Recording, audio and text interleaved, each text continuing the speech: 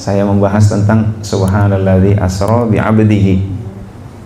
Tapi yang saya bahas adalah bi 'abdihi, itu ya, hambanya, asra, memperjalankan. Pada kesempatan kali ini yang saya bahas subhananya. Hadirin dan hadirat yang dimuliakan oleh Allah, pada bulan Rajab ini kita diperintahkan membaca tasbih. Banyak membaca tasbih itu ya. 10 hari pertama apa? Subhanallahil hayyil qayyum, baca 100 setiap malam. Lalu yang kedua subhanallahil ahadis somad, itu ya, 100 kali malam ke-21 sampai malam ke-11 sampai malam ke-20. Lalu yang terakhir adalah subhanallahir rauf, 100 kali. Memang bulan Rajab ini bulan tasbih itu. Maka kita diperintahkan untuk memperbanyak membaca tasbih. Lalu kejadian luar biasa di bulan Rajab di mana Rasulullah Shallallahu Alaihi Wasallam Isra Mi'raj juga diawali dengan membaca tasbih. Subhanalladzi asra bi 'abdihi lailan minal masjidil harami ilal masjidil aqsa. Ini tasbih lagi. Nah, hadirin dan hadirat yang dimuliakan oleh Allah Subhanahu wa taala, tasbih itu artinya ada dua menurut para ahli tafsir At-Tabari dan lain sebagainya. Yang pertama artinya adalah takdis atau tanzih, artinya mensucikan dari sifat-sifat ketidaksempurnaan Allah, mensucikan Allah dari sifat-sifat ketidaksempurnaan. Bahkan bagus saja itu masih belum, Allah itu harus sempurna. Kalau sayang ya sayangnya sempurna, kalau lembut ya lembutnya sempurna, kalau sabar ya sabarnya sempurna. Syukur, maksudnya syukur itu apresiasi, ya apresiasinya sempurna gitu kan. Nah, jadi maha suci Allah dari kekurangan-kekurangan. Nah, itu ya. Mana ayat-ayat yang mengartikan bahwa Allah itu subhana itu artinya maha suci? Kalau di terjemahan Al-Quran kan subhanalladzi asra, maha suci Allah yang memperjalankan, kan gitu ya. Subhana rabbika rabbil izzati amma yasifun. Subhana rabbika, maha suci Tuhanmu, rabbil izzati, Tuhan yang agung, amma yasifun, dari apa yang mereka sifati. Mohon maaf ya, Allah nggak kayak begitu, ibaratnya begitu. Sorry ya gitu kan. Kata presiden kita, sorry ya, Allah nggak kayak begitu. Itu subhana tuh artinya maha suci Allah dari sifat kekurangan, ketidaksempurnaan, itu maha suci. Subhanallahi amma yusyrikun, maha suci Allah dari apa yang mereka sekutukan. Allah nggak seperti apa yang mereka sekutukan. Nah, maha suci Allah. Sorry ya, Allah nggak begitu, maha suci Allah. Lalu ada arti yang kedua, subhana ini ada satu derivasi, satu akar dengan sibahah. Subhana dengan sibahah, sabaha itu ya. Sibahah itu artinya berenang itu adalah upaya meninggalkan satu tempat menuju tempat yang lain. Berenang kalau nggak meninggalkan tempat, tenggelam dia. Harus meninggalkan tempat. Ya kalau sebentar boleh, terus-terusan susah. Maka meninggalkan satu tempat ke tempat yang lain. Nah itu. Maka hadirin dan hadirat yang dimuliakan oleh Allah Subhanahu wa taala, maka tasbih juga begitu. Tinggalkan pemahaman-pemahaman kita tentang sifat-sifat Allah yang tidak sempurna, tinggalkan menuju ke kesempurnaan yang Allah miliki. Nah, makna yang kedua adalah ta'zim. Jadi tasbih itu sebenarnya maknanya dua secara garis besar. Tapi memang karena di dalam Al-Qur'an itu harus memilih satu kata, subhana. Artinya apa nih subhana? Ya udah maha suci. Sebenarnya ada satu lagi, maha agung. Itu maha luar biasa. Saya cenderung subhanalladzi asra itu diartikan maha luar biasa Allah, gitu ya. Maha agung Allah. Mana dalil-dalilnya? Inna fi khalqis samawati wal ardi wa ikhtilafil laili wan nahari la ayatin li ulil albab alladzina yadhkuruna Allaha qiyaman wa qu'udan wa 'ala junubihim wa yatafakkaruna fi khalqis samawati wal ardi Rabbana ma khalaqta hadza batila. Terus subhanak. Nah, ini ya. Jadi inna fi khalqis samawati wal ard, penciptaan langit dan bumi. Masya Allah, langit itu kan luas banget ya. Waqtilafil laili wan nahar, bergantinya malam dengan siang. La ayatil li ulil albab, sungguh merupakan tanda-tanda bagi orang yang berpikir. Siapa orang yang ulil albab itu? Alladzina yadhkurunallaha qiyaman wa qu'udan wa 'ala junubihim. Orang yang berzikir kepada Allah diri, duduk maupun berbaring. Ini unik nih. Zikir qiyaman, diri, duduk dan berbaring. Maka sebagian ulama berpendapat dengan begini saja sudah merupakan dalil bahwa gerakan di dalam zikir itu boleh, gitu kan? Diri, duduk dan berbaring. Kalau di Afrika itu majelis zikir di lapangan, la ilaha illallah, betul-betul diri itu. Jadi la ilaha illallahnya diri, ruku kanan, illallah, ruku kiri, la ilaha illallah, diri itu. Indonesia nggak terlalu ekstrim. Indonesia pun la ilaha illallah, nggak terlalu ekstrim. Kalau di Afrika lebih ekstrim lagi. Diri ya diri, duduk ya duduk, gitu ya. Alladzina yadhkurunallaha qiyaman wa qu'udan wa 'ala junubihim. Orang yang zikir kepada Allah berdiri, duduk dan berbaring. Berdiri ya ingat, duduk ya ingat, berbaring ya ingat. Maksudnya ingat di segala kondisi. Nah, itulah zikir khafi, itu ya. Wa yatafakkaruna fi khalqis samawati wal ard, dan berpikir tentang penciptaan langit dan bumi. Jadi ulil albab ini nggak cukup kalau zikir doang, harus berpikir. Nah, itu ya.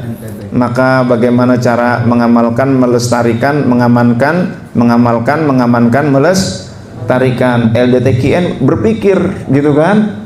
Bagaimana supaya kita peduli kepada saudara-saudara kita yang di Sumatera? Ayo kita kerahkan. Nah, itu kita perlu berpikir. Bagaimana dakwah, kita perlu berpikir. Saya baru pulang dari Suryalaya. Ada program namanya Bella Safira. Bella Safira itu Bella Safira goes to Suryalaya. Wah, ada artis Bella Safira pergi ke Suryalaya. Bukan, Bella Safira itu singkatan Ibu Bella bersama kafilah tunanetra, disingkat jadi Bella Safira. Acaranya apa? Bekerja sama dengan LDTKN, memberangkatkan satu bis tunanetra untuk menemui guru mursyid, gitu ya. Mereka dibina tiap bulan, ada pengajian 2 pekan sekali, pengajian Al-Quran Braille, lalu ada pengajian bulanan, lalu diajak zikir, didatangkanlah wakil talqin, dibina yang serius, ayo diajak ke Suryalaya. Nah, itu. Maka diajak ke Suryalaya, bayarnya berapa? 75.000. Namanya juga tunanetra, gitu kan? Nah, tunanetra itu 99% miskin. Ya, pilihannya kalau nggak miskin ya fakir lah, gitu ya. 75.000 sampai ke Suryalaya. Pas pulang dikabarin bahwa tiap orang dari mereka dapat uang 300.000. Alhamdulillah, terkumpullah uang 40, hampir 42 juta untuk membiayai itu. Itu perlu berpikir, wa yatafakkaruna, gitu kan? Nah, maka Ibu Bella bekerja sama dengan LDTKN, ayo bersatu, ayo kita ibaratnya umrohin, tapi umrohnya ke maksudnya kayak umroh lah, umroh kecil gitulah ya. Sebelum umroh beneran barangkali ya kita perjalankan dulu ke Suryalaya. Nah, itu 6 orang tunanetra harus dikawal oleh 1 orang. Nah, yang melek ya, untuk ngawal. Nanti yang ada yang mau pipis dianterin, ada yang mau turun tangga, macam-macam tuh. Nah, itu ya. Nah, hadirin dan hadirat yang dimuliakan oleh Allah, wa yatafakkaruna fi khalqis samawati wal ard, berpikir. Nah, itu. Maka di dalam tambih juga ada begitu, berpikir juga ya, nalar. Salah satu nilai tambih, taat, asih, nalar, bukti, ikhlas dan harmoni. Nah, salah satunya adalah nalar. Kita harus menggunakan nalar, akal sehat. Nah, Setelah Allah menjelaskan tentang penciptaan langit dan bumi, lalu apa kata-katanya? Subhanak. Nah, itu ya, maha luar biasa Allah, maha agung Allah. Nah, itu subhanaknya di situ. Subhanak fakina adzabannar, hindarkanlah kami dari api neraka. Nah, arti subhana ini ketika dikaitkan dengan kekurangan, dikaitkan dengan celaan, dikaitkan dengan sifat-sifat buruk, subhana berarti maha suci Allah, takdis, tanzih. Nah, tetapi ketika dikaitkan dengan kemahaagungan Allah, kebesaran Allah, keluar biasaan Allah, maka artinya adalah ta'zim, mengagungkan Allah. Nah, itu kan contohnya apa? Subhana rabbiyal azim atau rabbiyal a'la. Nah, itu ya, itu cenderung, kalau saya cenderung itu lebih kepada subhana yang berarti luar biasa Allah, gitu kan? Cerita penciptaan langit dan bumi ini luar biasa Allah. Subhana itu artinya luar biasa Allah. Subhanalladzi asra bi 'abdihi lailan minal masjidil haram ilal masjidil aqsa. Satu malam dari Masjidil Haram ke Masjidil Aqsa, luar biasa Allah. Itu bahasa lainnya subhana. Jadi kalau kita katakan subhanallah, subhanallah, luar biasa Allah, gitu kan? Subhanallah, subhanallah, maha agung Allah. Nah, itu. Jadi kita di dalam membaca tasbih, itu tasbih ada dua makna. Yang pertama adalah takdis atau yang artinya maha suci. Yang kedua adalah ta'zim yang artinya maha agung atau maha luar biasa. Itu. Nah, beberapa ungkapan tasbih itu berarti mensucikan Allah, tetapi di sebagian arti tasbih adalah mengagungkan Allah. Nah, contohnya seperti tadi ya, subhana rabbiyal azim, subhana rabbiyal a'la, sambil mengagungkan Allah, maha luar biasa Allah, Rabbi al-azim yang maha agung, sambil mengungkapkan Allah maha agung sambil kita tunduk kepada Allah. Habis sebelumnya kita berkata Allahu Akbar, gitu kan? Allah maha agung, kita yang sangat rendah. Kalau orang Jepang kalau hormat itu tunduk 45 derajat kepada manusia. Hajimashite watashiwa Latif des dozo yoroshiku, gitu kan? Perkenalkan, nama saya Latif, senang bertemu dengan Anda, gitu kan? Nah, itu bahasa Jepang dikit-dikit ya. Nah, itu. Nah, tapi kalau hormat kepada Kholik itu 90 derajat. Ruku itu kan, itulah ruku. Subhana rabbiyal azimi wa bihamdi. Jadi ketika kita sedang ruku 90 derajat itu sedang mengagungkan total kepada Allah Subhanahu wa taala. Nah, itu. Apalagi ketika kita sujud berarti subhana rabbiyal a'la wa bihamdi. Itu ya, sambil menundukkan tapi sambil meninggikan. Menundukkan diri sambil mengagungkan Allah. Nah, itu. Nah, hadirin dan hadirat yang dimuliakan oleh Allah Subhanahu wa taala, di dalam manakib juga ada diawali sebuah doa. Allahumma bi asma'ikal husna wa bi asma'i nabiyyikal mustafa wa bi asma'i walika Abdul Qadiril Mujtaba. Apa itu selanjutnya? Tahhir qulubana min kulli wasfin yuba'iduna am musyahadatik. Doa pertama adalah tahhir qulubana, sucikan kolbu kami. Tahhir qulubana apa tadi? Min kulli wasfin, dari sifat-sifat yuba'iduna yang menyebabkan kami jauh, an musyahadatik, dari menyaksikanmu ya Allah. Nah, itu kan, bersihkan kami dari hijab-hijab yang membuat kami jauh dari Engkau ya Allah. Dan itu selaras dengan wejangan pangersa Abah di Jumat yang lalu. Wejangan pangersa Abah di Jumat yang lalu, coba deh dibuka deh, ada yang punya nggak wejangan pangersa Abah yang diposting oleh LDTKN official, LDTKN Suryalaya official di Instagramnya. Itu kan tiap Jumat memberikan wejangan pangersa Abah. Jadi wejangan pangersa Abah dari ceramah-ceramah beliau disarikan, lalu diposting setiap hari Jumat oleh LDTKN Suryalaya official. Nah, itu bagus tuh upaya dari LDTKN Suryalaya. Dan kita sebagai anak buah nih LDTKN, ya kita bertugas men-share kepada jamaah, karena itu mutiara luar biasa. Coba deh dibuka, ada yang punya nggak? Biar saya baca nih lebih akurat. Coba buka deh. Nah ini maaf. Bismillahirrahmanirrahim. Hendaknya kita perhatikan betul hasil dari mengamalkan tarekat ini. Nah ini ya, ini sesuai dengan ayat akhir tahun. Akhir tahun ini kita lakukan muhasabah. Setelah muhasabah, lalu kita ada resolusi, gitu kan? Biasanya akhir tahun itu begitu, muhasabah dan resolusi. Itu dua tuh akhir tahun itu. Muhasabah yang lalu, resolusi untuk yang akan datang. Dan itu di dalam Al-Qur'an surah Al-Hasyr atau ayat berapa ya? A'udzubillahi minasyaitonirrajim. Ya ayyuhalladzina amanu taqullaha wal tanzur nafsum ma qaddamat lighad wattaqullaha innallaha khabirum bima ta'malun. Wahai orang-orang yang beriman, wah ini harus pakai yang punya nih ya.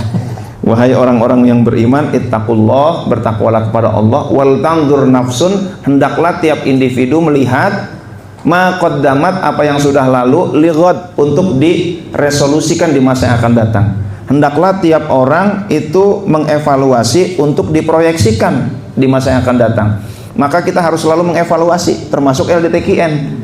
LDTKN itu terus saja evaluasi, manakib, habis manakib ini ada evaluasi, manakib kita gini, apa yang bisa kita tingkatkan, lalu jamaah kita begini, apa yang bisa kita tingkatkan, kualitas mubalik begini, apa yang bisa kita tingkatkan, literatur kita begini, apa yang bisa kita tingkatkan, ayo kita tingkatkan. Nah itu ya, kita bisa bekerja sama. Kalau di LDTKN Jakarta itu salah satunya akan menerbitkan buku Karomah dan Hikmah, tulisannya Ustadz Andika, gitu ya. Tiap Jumat saya senang, yang pertama karena LDTKN Suryalaya menerbitkan ini hikmah-hikmah dari pengersa Abah, wejangan. Yang kedua yang kedua di Facebook Ustadz Andika itu ada kisah pengersa Abah juga, karomah itu ya. Itu dua hal, salah satunya yang saya tunggu tuh setiap hari Jumat itu. Nah, dikumpulkan jadi sebuah buku Karomah dan Hikmah pengersa Abah. Saya berharap kepada tim LDTKN Jakarta, saya berharap ini menjadi hadiah ulang tahun pengersa Abah. Tanggal 1 Januari kita persembahkan, terbitlah buku itu. Nah, ini lagi digarap lah. Nah, jadi kita terus evaluasi gimana caranya. Kenapa kita perlu menyampaikan mangkobah pengersa Abah? Tak kenal maka tak sayang, tak sayang maka tak cinta, tak cinta maka tak taat. Iya itu ya. Kalau kita nggak cinta kepada pengersa Abah, susah untuk taat. Itu untuk taat sesungguh-sungguhnya susah. Taatnya kurang mengakar kalau tidak cinta itu. Maka untuk cinta harus kenal harus tak kenal dulu ya. Maka kita perkenalkanlah pengersa Abah itu. Kalau Pak Haji Asep Jatnika sih emang namanya masih keluarga ya, orang lawas juga berTKN, tahu sendiri tentang pengersa Abah. Lah yang TKN baru, siapa yang berTKN baru tahun 2000-an? Coba tunjuk tangan. Banyak ya? Banyak. Ada yang tahun 90-an masih ketemu pengersa Abah. Ibu baru ibu ya? 2023 apa 2003? 2003 tuh, ada yang tahun 90-an. Itu ya. Nah, hadirin dan hadirat yang dimuliakan oleh Allah, masih ketemu pengersa Abah tuh. Nah, saya baca ini. Jadi, hendaknya kita perhatikan betul hasil ya dari mengamalkan tarekat ini. Jika dulu punya kebiasaan berbohong, malas, mudah tersinggung, kurang beretika, suka memicu konflik, sombong, dan sifat-sifat buruk lainnya, bagaimana sekarang? Nah itu ya, yang lalu begitu. Sekarang gimana? Udah berubah belum? Perhatikan betul hasil. Oh, kata beliau ya, saya ini aja membacakan saja nih. Jika belum ada perubahan nyata, ada nyatanya lagi nih kata-katanya. Jika belum ada perubahan nyata, konkret, terasa, itu artinya kita hanya sekedar berada di atas jalan tarekat tanpa sungguh-sungguh melangkah di dalamnya. Tuh, kalau belum ada perubahan akhlak, ini berarti belum sungguh-sungguh nih tarekatnya, gitu kan? Ya, saya lanjutin lagi nih karena baterainya udah 2%. Nanti saya nyontek ke handphone yang itu dalam melangkahnya. Dengan begitu kita takkan pernah mencapai tujuan. Itulah tohir kulubana min kulli wasfin yubaiduna am musyahadatik. Itu ya, bersihkanlah kolbu kami dari setiap sifat yang membuat kami jauh dari menyaksikanmu ya Allah. Nah itu, nanti saya nyonteknya ke handphone yang ini nih, mana Pak Haji tadi. Oke. Nah hadirin dan hadirat yang dimuliakan oleh Allah, kita diminta perhatikan betul itu ya hasil amaliyah kita. Maka kalau kita ke mall-mall, itu kita ke gedung-gedung, itu kita lihat di toilet, itu ada checklist di toilet itu. Apa isinya? Tisu ada apa enggak? Gitu kan? Ada kamper apa enggak? Lantai kering apa enggak? Itu ada checklist tuh. Lalu apa lagi gitu kan? Ini bersih apa enggak? Ini dinding dan lain sebagainya. Kalau ada cerminnya bersih apa enggak? Checklist. Maka kita juga diperintahkan oleh pangersa Abah untuk mencermati betul. Kita checklist nih, aib-aib kita ini masih banyak apa bagaimana gitu kan. Bahkan disebutin oleh pangersa Abah di dalam ujangannya, sombong. Masih ada sombong nggak kita? Masih menganggap nih paling hebat gitu kan? Nah itu, nah ini baterainya masih 54%. Status tinggal 2 ya. Saya nggak tegang melihatnya. Nah, hendaknya kita perhatikan betul hasil dari mengamalkan. Jadi hasil amal ya. Maka hasil amal apa? Buktikan kebajikan yang timbul dari kesucian. Ada yang kebajikan yang tidak timbul dari kesucian. Mana? Dibentuk oleh lingkungan. Lingkungan bagus ya dia ikut bagus. Giliran lingkungannya jelek dia ikut jelek. Orang-orang di Singapura itu disiplin karena apa? Karena kesucian apa karena lingkungan? Lingkungan. Orang Indonesia tinggal di Singapura disiplin dia, giliran balik ke Indonesia balik maning gitu ya. Ya Allah, itu namanya kebajikan yang timbul dari pembentukan lingkungan. Tapi yang diharapkan oleh pangersa Abah bukan itu. Kebajikan yang timbul dari kesucian. Mau di mana aja dia ikhlas ya ikhlas, mau di mana aja jujur ya jujur, begitu. Mau ada CCTV, mau nggak ada penilaian, mau nggak pengaruh kepada gaji apa income, jujur ya jujur. Itulah kebajikan yang timbul dari kesucian. Itulah hasil dari mengamalkan tarekat ini. Nah itu ya. Nah hadirin dan hadirat yang dimuliakan oleh Allah Subhanahu wa taala. Jadi intinya kita checklist nih. Checklist yang disebut dulu ya oleh pangersa Abah ya. Kebiasaan berbohong. Suami bohong sama istri, gitu kan? Istri bohong sama suami. Mas ada duit? Nggak ada, padahal ada yang diumpetin gitu ya. Ya Allah, ada pos-pos yang nggak diketahui oleh istri. Bener, udah nggak ada, udah habis. Iya habis, padahal masih ada tuh. Itu bohong juga tuh. Bu, gimana kemarin uang belanja masih ada? Habis. Nah itu ya, itu bohong juga. Bohong saeutik ya. Bohong saeutik gitu ya. Ya Allah, ini termasuk bohong juga. Kalau Syekh Abdul Qadir nggak bakal mau nih begini nih. Mau resikonya dicuri 40 dinar, tetap beliau jujur. Tuh, Syekh Abdul Qadir tuh, kudwah kita ya, salah satu teladan kita. Apapun resikonya, meskipun habis itu jadi ongkosnya jadi dikit, katakanlah gitu ya. Karena dikasih ongkos sedikit, jujur. Itulah prinsip Syekh Abdul Qadir. Ala sidqi ma kadzibtu qattun, kata beliau gitu ya. Pokoknya aku hidup di atas kejujuran. Nah, masih suka bohong apa enggak gitu kan? Ya Allah itu. Nah, hadirin dan hadirat yang dimuliakan oleh Allah Subhanahu wa taala, itu hal yang kecil aja deh. Maka Bapak Ibu untuk tidak karena kita kan paling sering ketemu ya pasangan hidup ya. Pasangan hidup antara lain kebohongan itu ya tentang apakah akhlak, apakah keuangan. Nah ini, maka kita belajar kalau ingin sesuai dengan pangersa Abah, belajar tidak ada kebohongan, jangan ada dusta di antara kita. Terus teranglah agar terang terus. Nah itu ya, jangan ada dusta di antara kita kasih. Nah itu ya, ya itu jangan ada dusta. Jadi kadang-kadang Bapak Ibu untuk tidak ada dusta itu effortnya pertama luar biasa. Yang namanya jujur itu pertama berat, tapi kalau dilaksanakan ini jujur akan mujur. Tapi berdusta itu kelihatannya menang, nggak ketahuan, tapi giliran udah ketahuan kita nggak dipercaya. Apalagi dalam hal keuangan, apalagi dalam hal bisnis. Jujur, pintu rezeki udah ketutup dah kalau udah jujur. Jangan dia kenapa nggak jujur. Ada sebuah riset tentang bagaimana orang meng-hire karyawan. Dari berbagai karakter, ternyata karakter pertama yang menjadi pertimbangan orang untuk meng-hire karyawan adalah jujur. Itu. Jadi jujur itu pertahankan sepahit apapun, karena jujur itu mujur. Itulah Syekh Abdul Qadir Jailani. Itu ya. Gimana Bu? Bun, kita mau nyumbang itu gimana? Enggak boleh, kata istrinya begitu ya. Kalau kita nggak jujur, umpet-umpetan itu nggak jujur tuh.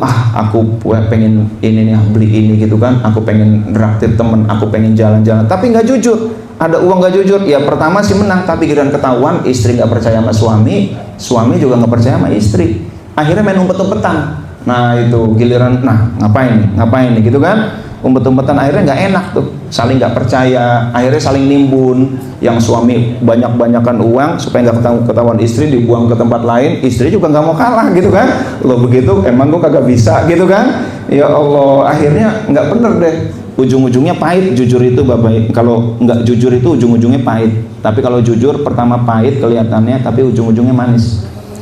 Ya Alhamdulillah Allah berikan rezeki kepada saya ini apapun pokoknya saya terbuka aja sama istri. Kalau saya mau nyumbang nggak boleh, ya udah, ayo kita kompromi, kita diskusikan kenapa kita nyumbang.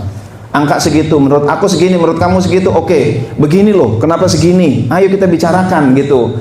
Kamu nggak izin, ya udah aku nggak begitu. Jadi memang betul-betul terbuka. Maka bahkan handphone saya ini ya udah buka-buka gitu kan.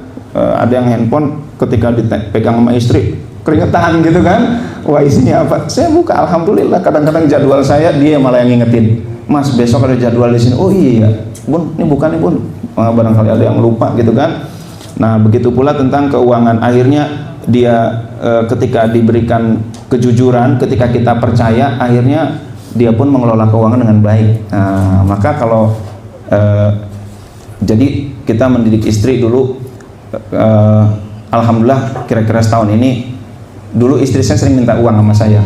Sekarang kurang lebih setahun ini, alhamdulillah dia udah nggak pernah minta uang lagi. Nah itu ya, karena ngambil sendiri. Bukan karena mandiri Bu, karena ngambil sendiri. Ambil aja sendiri. Kenapa? Saya udah percaya dia kalau keluar pasti dia ngomong, gitu kan? Jadi meskipun silakan ambil di dompet aku, silakan ambil di tas. Pokoknya uang saya di mana aja di rumah dia tahu. Nih uang aku di sini, silakan ambil. Ntar Mas aku buat ini ya Mas. Ayo nggak apa-apa gitu. Jadi saya juga enak gitu kan. Dia juga enak. Suami aku nggak bakal dia mengeluarkan uang kecuali dengan persetujuan dia. Ah itu. Jadi sama-sama enak lah akhirnya. Akhirnya saya hemat, dia hemat. Kadang-kadang kalau sama-sama nutupin, saya jadi boros, tiba-tiba habis, dia juga habis juga. Nah itu, jadi itu kecil aja. Kita lanjutin lagi ya Bapak Ibu ya. Kita cek masih ada bohong nggak gitu kan. Nah itu. Yang kedua, malas. Ya Allah ini malas nih, berat nih. Coba saya mau tanya di sini siapa yang malas? Saya. Ngaku aja dah daripada bonyok. Ya Allah. Suatu saat ada Ibrahim bin Adham jadi raja kan ya di kerajaan Balkan. Malam-malam totonya ada gelotak tuh di genteng. Kata raja, "Woi, siapa tuh?" "Iya, aku lagi ini nyari apa namanya onta." "Lu gila kali ya? Masa nyari onta di genteng?" Kata Ibrahim bin Adham. Kata si pencari onta itu, "Kamu lebih gila. Masa nyari Allah di atas kasur empuk?" Kata dia gitu kan. Akhirnya ya Allah, bener juga nih orang gila itu ya. Ya Allah, akhirnya dia akhirnya inget tuh, kamu lebih gila. Katanya nyari Allah, masa di kasur yang empuk? Dia ingat terus gitu kan. Ya Allah, iya ya, saya tidurnya kebanyakan nih. Katanya cinta sama Allah ditungguin nama Allah, malam-malam bakal datang. Ya Allah itu ya. Ya Allah, pengersa Abah itu best practice lah kalau dalam hal itu. Saya paling malu nih. Sebenarnya saya juga kalau suruh ceramah tuh malu. Pak Slamet dihubungnya Pak Slamet, Ustaz Latif bisa ceramah nggak? Aduh, ceramah manakib. Apalagi ceramah manakib Suryalaya. Ceramah kuliah subuh di Suryalaya. Aduh, saya udah bilang Pak Nana kalau bisa saya jangan ceramah di Suryalaya. Saya bilang sama Pak Kodir, ketum Pak Kodir, kalau bisa saya jangan ceramah di Suryalaya. Malu, saya mendingan ceramah di istana deh. Saya udah 22 tahun saya ceramah di istana wakil presiden. Nggak malu saya, gitu kan? Karena depan saya Pak Gibran, gitu kan? Nggak malu, lebih Suryalaya. Ceramah para wakil talqin, ahli amaliyah. Di belakang saya ada makam pengarsa Abah, makam para aulia di situ. Ayahnya pengarsa Abah, putra-putri pengarsa Abah, makomnya pada para aulia. Emang gak hadir? Ya Allah, malu gitu ya. Udah paling malu ceramah di Suryalaya tuh. Saya mohon kepada Pak Kodir, saya jangan ceramah lagi. Kalau bisa begitu ya. Ya begitulah, pokoknya ini permintaan, request. Jadi kalau ceramah di manakib, ya malu sebenarnya saya Bapak Ibu ya. Tapi bagaimana lagi ditugasin gitu kan? Ditugasin oleh Pak Slamet, oleh Pak Asep. Ya udahlah, bismillah lah. Pengersa Abah saya nggak ngerti nih, saya disuruh ceramah, ya mohon jadikan saya wasilah lah, wasilah petunjukmu kepada beliau-beliau ya pengersa Abah gitu kan. Ini adalah majelis Syekh Abdul Qadir Jailani tadi kata beliau, majelisnya majelis beliau gitu kan. Mudah-mudahan juga ilmu nurnya juga dari beliau. Nah, kalau ada benar-benar dari saya, ya saya wasilah aja, cuman pipa aja. Oh no, yang punya air, oh no, bukan saya. Ternyata dapat seger nih, kayaknya begitu ya. Bukan saya cuman keran doang. Makasih ya airnya. Air bukan punya saya cuman buka doang gitu kan. No, air punya tangki gitu kan. Pas terima kasih tangki air ya, kata tangki air bukan punya saya air. Kenapa? Saya cuma nampung gitu kan. Saya cuma nampung dari mana? Dari pompa. No, kalau terima kasih sama pompa ahli silsilah Qadiriyah Naqsabandiyah. Masya Allah itu ya. Kalau dapat nur dari sebuah majelis manakib itu hakikatnya bukan dari penceramah, bukan. Karena penceramah ya hakikatnya dari guru-guru, nyambung lagi. Akhirnya kita terima kasih ya pompa, kamu telah ngasih air, itu ditampung sama tangki. Kata pompa, saya cuma nyedot gitu kan, nggak ada yang ngaku. Itu nyedot dari mana? Dari tanah. Terima kasih ya tanah, kamu ini ngasih air, aku nampung dari hujan gitu kan. Nggak ada yang ngaku gitu. Nah hadirin dan hadirat yang dimuliakan oleh Allah, kita lanjut lagi ya Bapak Ibu ya. Saya juga punya juga saya ada lock screennya juga ya, tapi istri saya tahu juga lock screennya, nggak ada yang dirahasiakan. Oke, kita lanjut lagi. Yang kedua adalah malas. Ya Allah, akhirnya Ibrahim bin Adham itu Bapak Ibu itu raja loh. Yang namanya raja itu makanannya lengkap ya, ayam ya ada, mau kecipir bisa gitu kan, mau kue molen ada, mau pisang rebus juga ada gitu kan, mau jeruk santang ada, semua bisa. Kalau namanya raja udah paling enak dah. Tapi Ibrahim bin Adham akhirnya berburu bahwa masih pakaian kerajaan, ketemu pengemis, tong tukeran baju, lo mau nggak baju ginian? Mau, yuk kita tukeran baju, ini baju buat lo, ini baju lo buat gua gitu kan. Akhirnya dia mengembara pakai baju pengemis Ibrahim bin Adham. Ya Allah, betul-betul ini udah jadi raja, keluar dari kerajaan, keluar dari zona nyaman tuh untuk menuju Allah, gara-gara orang nyari onta tuh. Nah, akhirnya ada binatang berkata kepada Ibrahim bin Adham, akhuliqta lihada, apakah kamu diciptakan untuk ini? Bukan. Akhirnya mengembara. Suatu saat udah jenggotnya udah nggak karuan, ini jebrosnya udah nggak karuan, rambut udah nggak karuan, aduh pakaian udah jelek. Suatu saat balik lagi ke istana. Pas balik ke istana, weh siapa lo mau masuk ke istana? Saya Ibrahim bin Adham. Kira-kira orang percaya nggak? Dipukul sama pengawal, jebret, raja dipukul, jatuh dia. Marah nggak kira-kira Ibrahim bin Adham? Lalu dia berkata, alhamdulillah, ini gara-gara saya masih ngaku sebagai raja. Kata dia gitu ya, terima kasih ya Allah, engkau hukum saya gitu. Artinya tadinya sombong jadi tawadu, nggak marah boro-boro tuh. Di sini ada tuh malas, mudah tersinggung. Udah nggak tersinggung lagi, bukan hanya dikatain, dipukul itu raja sama pengawalnya, nggak marah dia. Tuh, itu ya. Cek kalau kita masih sering marah, ini perlu diselidiki. Iya, ini hasil amaliah kita berarti kurang. Ini bukan bukan untuk evaluasi orang lain ya, Bapak Ibu ya, untuk diri sendiri, untuk muhasabah, lihat internal kita. Bahkan pada wejangan yang Jumat sebelumnya itu ini ya, Jumat sebelumnya itu kita diminta untuk mengawasi kolbu kita, mengawasi diri kita, artinya muraqabah. Muraqabah itu artinya raqib itu artinya mengawasi. Muraqabah artinya merasa diawasi Allah dengan cara mengawasi kolbu itu. Ini saya masih ada males, masih ada dunia, masih ada jabatan. Jadi, waduh, saya mau tanya, ini kan rumah luas ya.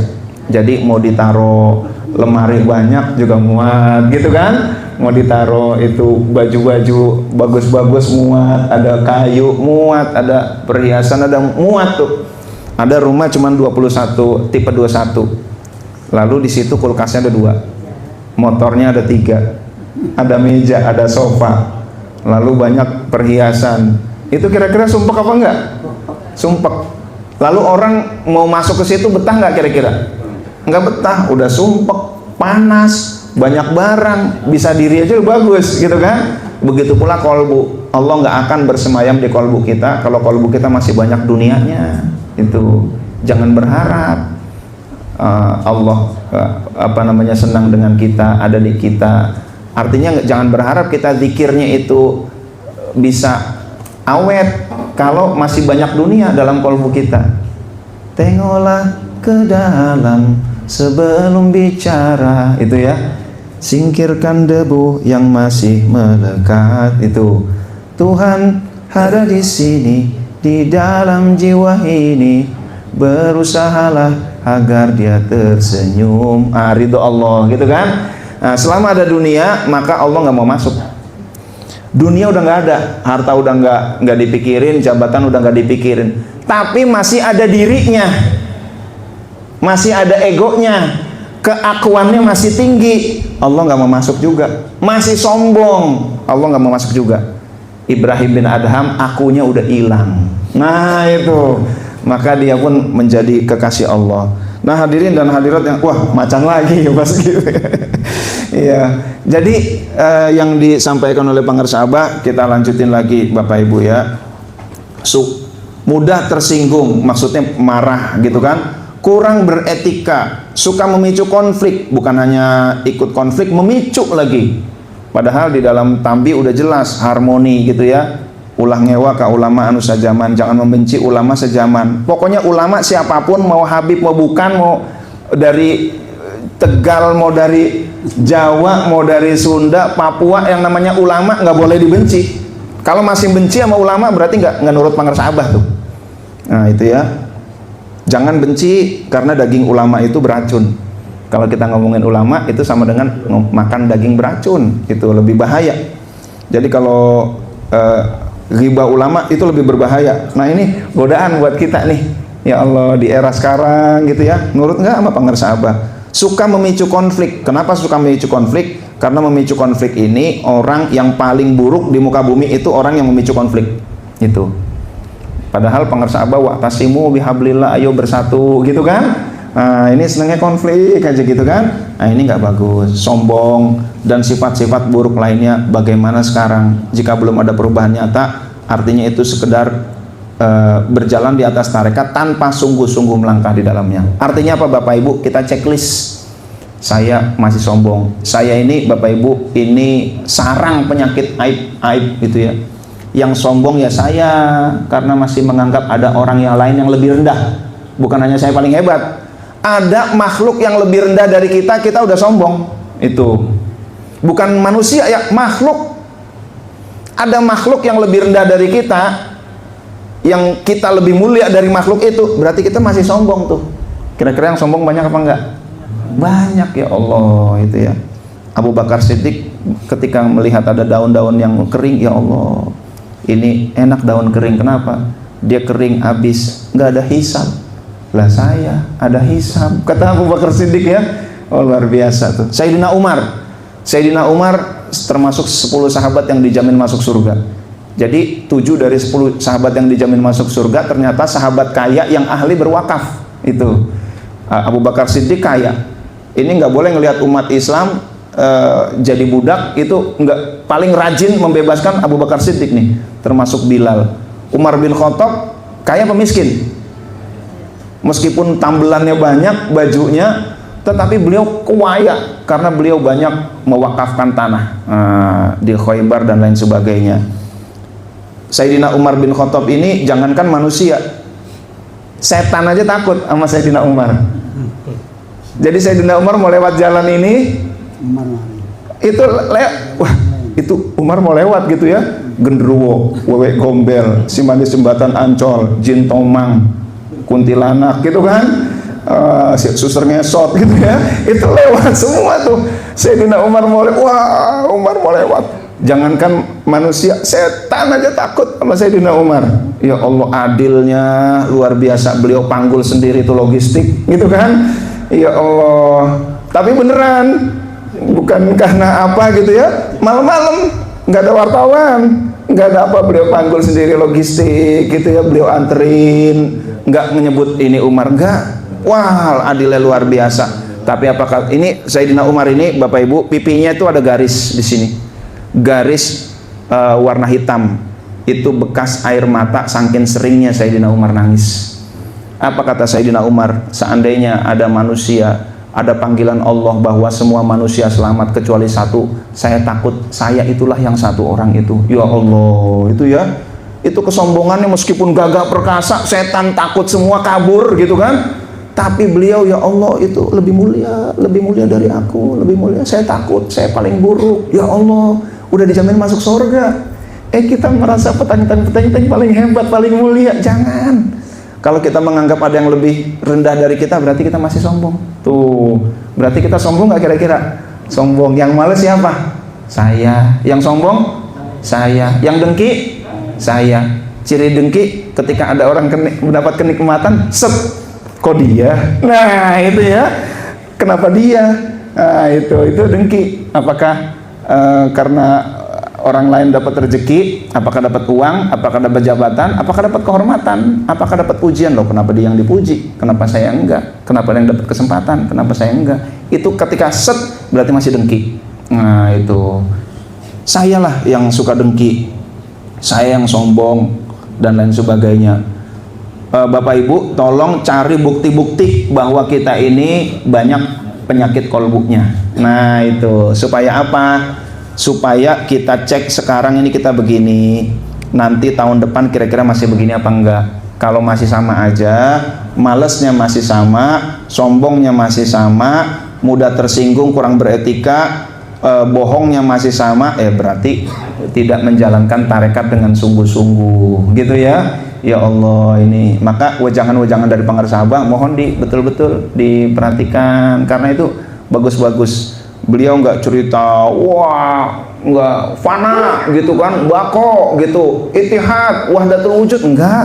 Beliau zikir, bersihkan kolbu. Nah, itulah. Itu. Jadi kalau kata Jalaluddin Rumi, tanda kesempurnaan adalah terlihat biasa-biasa saja. Nah, itulah tanda kesempurnaan. Kenapa begitu? Suatu saat Jalaluddin Rumi kedatangan tamu, Syekh Syamsuddin Tabriz, dari Tabriz itu daerah di Iran, compang-camping, lalu bertanya kepada Syekh Jalaluddin Rumi, hai Jalaluddin Rumi, lebih mulia mana, Rasulullah atau Abu Yazid Al-Bustami? Kata Syekh Jalaluddin Rumi, oh ya jelas lebih mulia Rasulullah dong. Oke.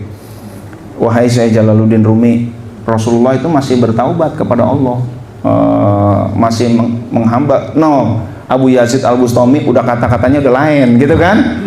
Lebih mulia mana? Iya kata dia. Itu Syekh Jalaluddin Rumi itu udah guru besar, udah guru bangsa lah.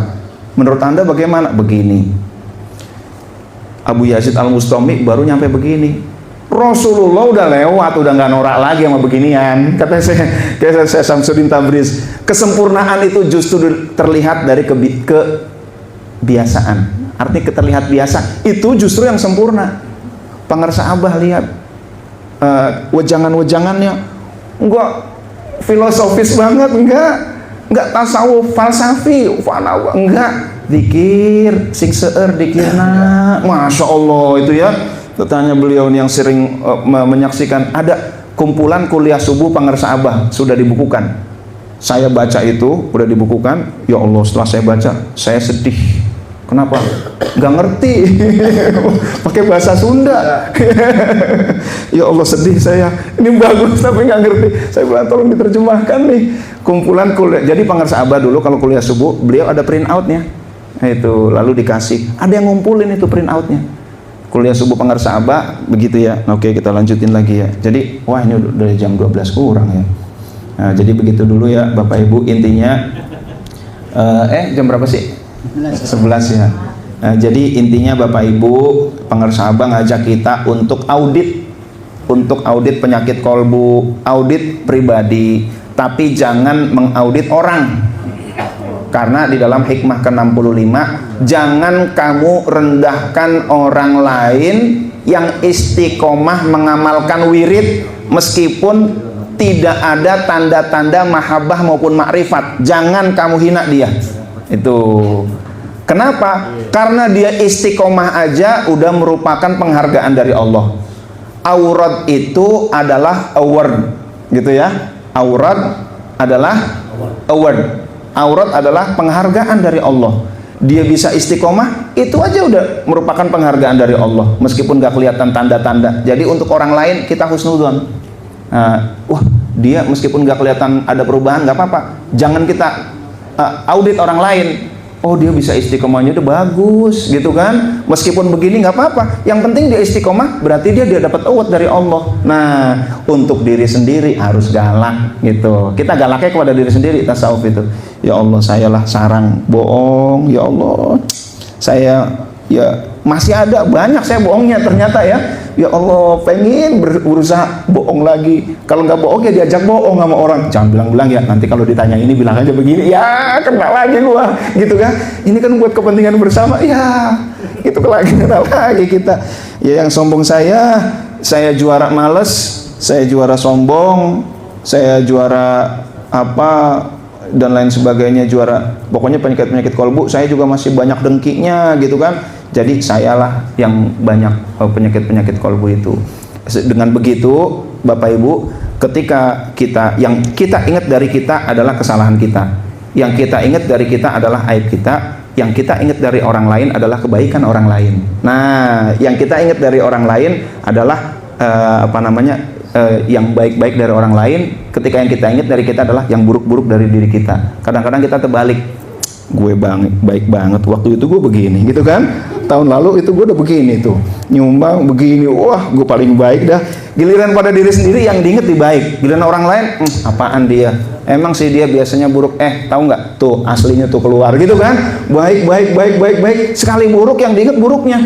Tuh, itu namanya nggak adil. Tetapi sikap kita yang benar adalah kepada diri kita, lihat buruknya, ingat buruknya, tetapi kepada orang lain ingat baiknya, lupakan buruknya. Nah, itu ya. Kalau kita ingat di kebaikan kita, lupakan baiknya, ingat buruknya. Bahkan amal yang udah diterima adalah amal yang dilupakan. Itu ya. Selama kita masih ingat amal kita, ada potensi pahalanya hilang. 20 tahun yang lalu nyumbang masjid 2 miliar, tapi orang gak ada yang tahu, ikhlaslah saat itu. Pas orang-orang udah pada meninggal, kepada anak-anak muda yang gak tahu sejarah, tahu nggak? Dulu pernah nggak ada kisah? Ada totonya ada orang gak dikenal, ada totonya sumbangan 2 miliar, tahu nggak? Oh iya, saya dulu pernah dengar dari bapak saya. Tahu nggak orangnya? Nggak tahu. Nih orangnya nih, gitu kan? Itu namanya riaknya, ada riak spontan, ada riak susulan. Riak susulan. 20 tahun dulu dia ikhlas, 20 tahun kemudian dia riak, hilang, gitu ya.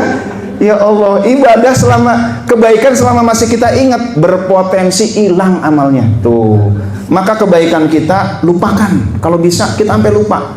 Pak, dulu kan bapak telah berbuat baik sama saya begini. Oh iya, saya sampai lupa. Nah, itu berarti benar tuh. Nah, karena apa? Tidak ada kemungkinan kita sebut-sebut. Nah, itu ya. Kebaikan kita lupakan. Kelebihan kita lupakan. Ingatlah keburukan kita. Ingatlah kejahatan kita. Itu kalau bisa dicatat tuh, supaya apa? Supaya kita taubat terus, merasa hina diri kita, sehingga kita bersih dari kesombongan. Man tawaddo'a rafa'ahullah. Siapa yang merendah akan diangkat oleh Allah. Siapa yang meninggi akan diturunkan oleh Allah Subhanahu wa taala. Begitulah ya. Pangarsa Abah juga kita lihat beliau adalah best practice, juara lah. Beliau sangat jujur. Kemarin ada ikhwan lama berkata, kenapa Pangarsa Abah lisannya itu lisan yang makbul, ngomong apa aja terjadi, karena lisannya nggak pernah bohong. Tuh, itu nggak pernah nyakitin orang begini saya bager gitu kan, begini saya bager, mulutnya itu pujian dan nggak pernah bohong, maka mulutnya itu tajam lisannya itu ya. Ada ya, setelah saya sampaikan begini, ada ikhwan lama, nenek-nenek bilang, begitulah Pangarsa Abah, lisannya nggak pernah bohong, maka lisannya lisan yang sangat mulia. Nah, itu kita mulai kurangi bohong kita, kurangi malas kita, kurangi sombong kita, kurangi dan lain sebagainya. Demikian, mudah-mudahan Allah berikan taufik dan hidayah dengan doa Pangarsa Abah. Mudah-mudahan terus kita mengalami perbaikan. Amin ya rabbal alamin. Kurang lebihnya mohon maaf. Terima kasih. Wallahul muwaffiq ila aqwamit thoriq. Assalamualaikum warahmatullahi wabarakatuh. Terima kasih. Terima kasih. Bismillah.